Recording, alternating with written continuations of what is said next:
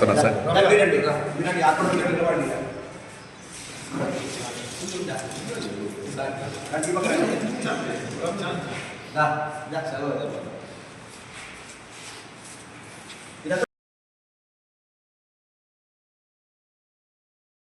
Reporters అందరికీ రాష్ట్ర committee ఆదేశాల మేరకు జిల్లా అధ్యక్షుడిగా ఉమ్మడి జిల్లా అధ్యక్షుడిగా ఏపీజేఎఫ్ రామాయణ గత రెండు ఎన్నుకున్నప్పటి నుంచి కూడా అంటే గతంలో యూనియన్ అంటే ఎందుకమ్మా అంటుంది అంటే ఏదో రాజకీయము లేకపోతే ఇది కారణాలు అనమాట.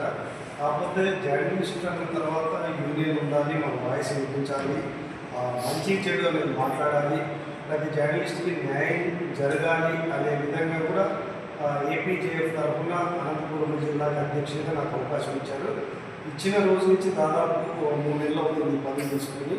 అంటే నియోజకవర్గాల్లో 14 నియోజకవర్గాల్లో అంటే యూనియన్ని బలోపేతంతో పాటు జర్నలిస్ట్ సమస్యలు ప్రధానంగా ఏ సమస్యలు ఉన్నాయి, మాకు ఎక్కడికి వెళ్ళినా కూడా యూనియన్లు ఉన్నాయి కానీ మీటింగ్లు పెడతారు, వెళ్ళిపోతారు, ఏదో మాటలు చెప్పేస్తారు అంటున్నారు అని నాకు చాలామంది జర్నలిస్ట్ సోదరులు చెప్పారు. అంటే ప్రతి మీటింగ్ దగ్గర ఇల్లు పట్టాలంటారు, అదేదో మాట్లాడతారు, చేస్తుంటారు, తర్వాత ఏదో ఇన్సూరెన్స్ అంటారు, లేకపోతే సభ్యత్వం అంటారు. అంటే మీ కార్యక్రమాలు చేసుకుని వెళ్ళిపోతారు తప్ప నియోజకవర్గంలో ఇంతవరకు అయింది అంటే కొంతమందికి ఏదో వాళ్ళ చొరవ వల్ల వాళ్ళ అండర్స్టాండింగ్ వల్ల ఇల్లు పట్టాలు అని అట్లాంటివి వచ్చాయి. కానీ నిజంగా అర్బన్ జర్నలిస్టులకి అయితే ఇల్లు పట్టాలు అయితే ఎక్కడ ప్రతి ఒక్కరు ఇదే రైట్ చేస్తున్నారు. ఏపీజేఎఫ్ తరఫున మాకున్న సత్సంబంధాలు కానీ లేకపోతే మీ నాయకత్వం సమక్షంలో ధర్మవరంలో ఎగ్జాంపుల్ ఇల్లు పట్టాలంటే కొంతమంది తీసుకెళ్ళచ్చు, తీసుకోకపోవచ్చు, అర్హులైన వాళ్ళందరికీ ఇల్లు పట్టాలు ఇప్పించే బాధ్యత అనేది మొత్తం అన్ని జిల్లా ఉమ్మడి జిల్లాలో 14 నియోజకవర్గాలు కమిటీలు అయిపోయిన తర్వాత ఎజెండా మెయిన్ ఏదైతే ఏపీజేఎఫ్ ఎజెండా వచ్చేసి బీమా పాలసీ, ఇన్సూరెన్స్, ఇల్లు పట్టాలి, ఈ 3 ఎక్కువగా ఫోకస్ చేస్తున్నాం. తర్వాత ధర్మవరం నియోజకవర్గానికి వస్తే ధర్మవరం నియోజకవర్గంలో ప్రెస్ క్లబ్ ఇష్యూ కానీ లేకపోతే అనేక సమస్యలు ఉన్నాయి, అవన్నీ కూడా టేకప్ చేయడానికి కూడా ముందుకు వెళ్తాము. అందులో భాగంగా కూడా సభ్యత్వాలు ఆల్రెడీ ధర్మవరం నియోజకవర్గానికి ఇచ్చాము. మ్యాక్సిమం అంటే మనకు ధర్మవరంలో ఒక వాయిస్ కమిటీ ఉండాలి.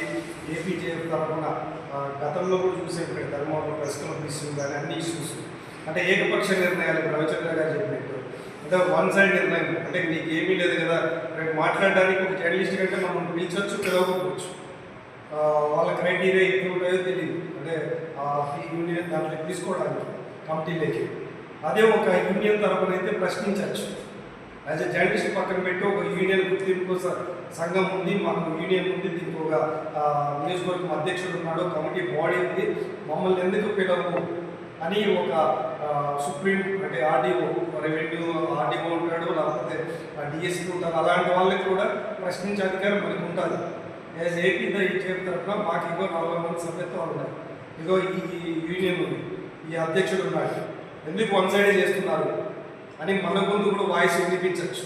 మనకి సరిపోయే వాళ్ళు ఉంటారు, పడిన వాళ్ళు ఉంటారు, ఏదైనా కూడా ఆ సమస్య వచ్చిందంటే యాజ్ ఎ జర్నలిస్ట్ తరఫున నియోజకవర్గం ధర్మవరం నియోజకవర్గ సమస్యల పైన ఫైట్ చేయడానికి మనకు ఒక యూనియన్ అనేది సపోర్ట్ దొరుకుతుంది.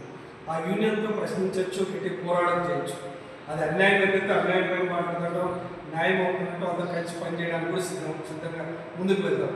అలా మొత్తం రాష్ట్ర అంటే జిల్లా వ్యాప్తంగా కూడా రాష్ట్ర ఆదేశాల మేరకు ఏపీజేఎఫ్ బలోపేతం చేయడానికి అదేవిధంగా ఏదైనా పిలుపునిస్తే భారీగా అంటే ఖచ్చితంగా ఒక కమిట్మెంట్తో పని చేస్తారు అనే విధంగా కూడా మాకు ఇచ్చిన 2 సంవత్సరాల అవకాశాల్లో ఖచ్చితంగా సామాన్యమైన జర్నలిస్ట్కి న్యాయం జరగాలి అనే కోణంలోనే ఆలోచిస్తున్నాము. అందులో కూడా ధర్మవరం నియోజకవర్గంలో ఒక నూతన కమిటీని ఏర్పాటు చేసి ఆ నూతన కమిటీ ఆధ్వర్యంలో జిల్లా కానీ రాష్ట్ర కమిటీలు కానీ అధ్యక్షులు ఎవరు ఇన్వాల్వ్ అవ్వాలి.